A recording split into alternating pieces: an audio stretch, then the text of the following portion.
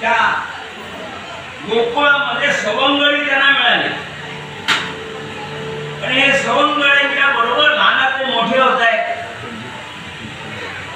आपल्या बाल लीलांनी गोकुळवासीय नरनारी सुखावत आहे.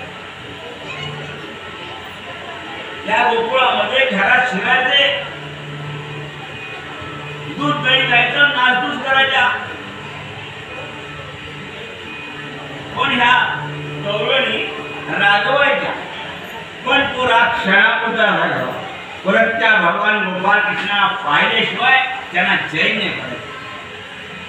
त्या गोपाळ कृष्णाच्या नावाशी त्याच्या रूपाशी एकरूप झाल्या होत्या, तद्रूप झाल्या होत्या.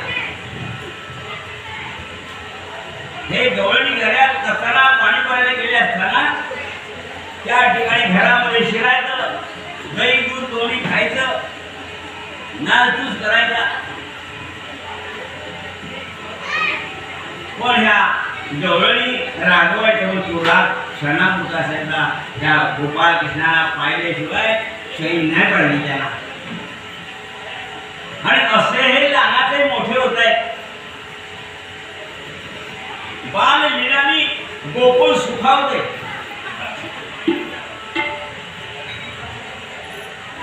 आणि असे हे सुखावत असताना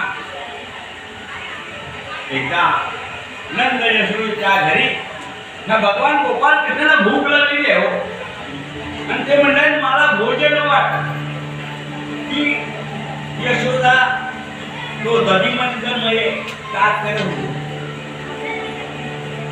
ते दधीमंथन करत असताना गोपाळ कृष्ण हटून मला भूक लागली आहे, भोजन वाट जेवायचे. ती सांगते बाबा थांब, हे दधीमंथन पूर्ण झालं की मी तुला देव घालते, भोजन देते. पण हे एवढे भुकेचे आहे हो, याला भूक नाही. आपल्या काही माणसांच्या भुकेची हळवी असतात, त्यांना भूक नाही काढत. तसंही गोपाळ कृष्ण त्यांना भूक नाही काढत. म्हणून ही जे काय दधीमंथन घुसळण चालू होतं, त्या घुसळणाची रवीच धरून ठेवली. मला भोजन वाट.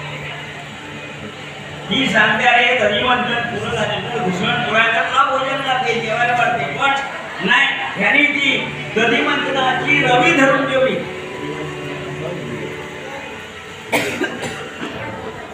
ती राधा विनंती करते माही, अरे माठाची रवी सोड, हे दधीमंथन पुरायला तुला भोजन लागते, जेवायला लागते. विनंती करते सोड रवी रे काना करू दे मंथना. सोड रवी रे काना करू दे मंथना. सोड रवी रे काना करू दे मंथना.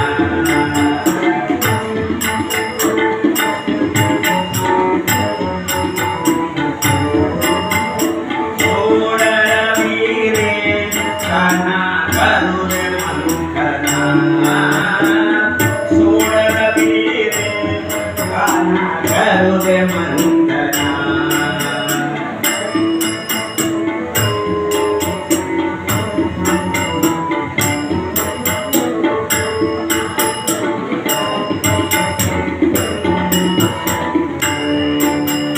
नको हट्ट करू असा, नको हट्ट करू असा, नको हट्ट करू असा मनमोहना. सोड रवी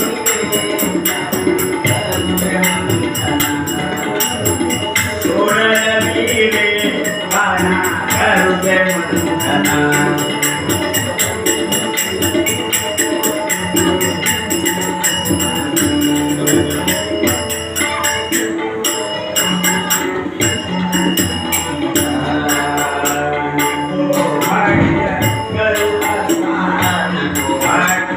करू असा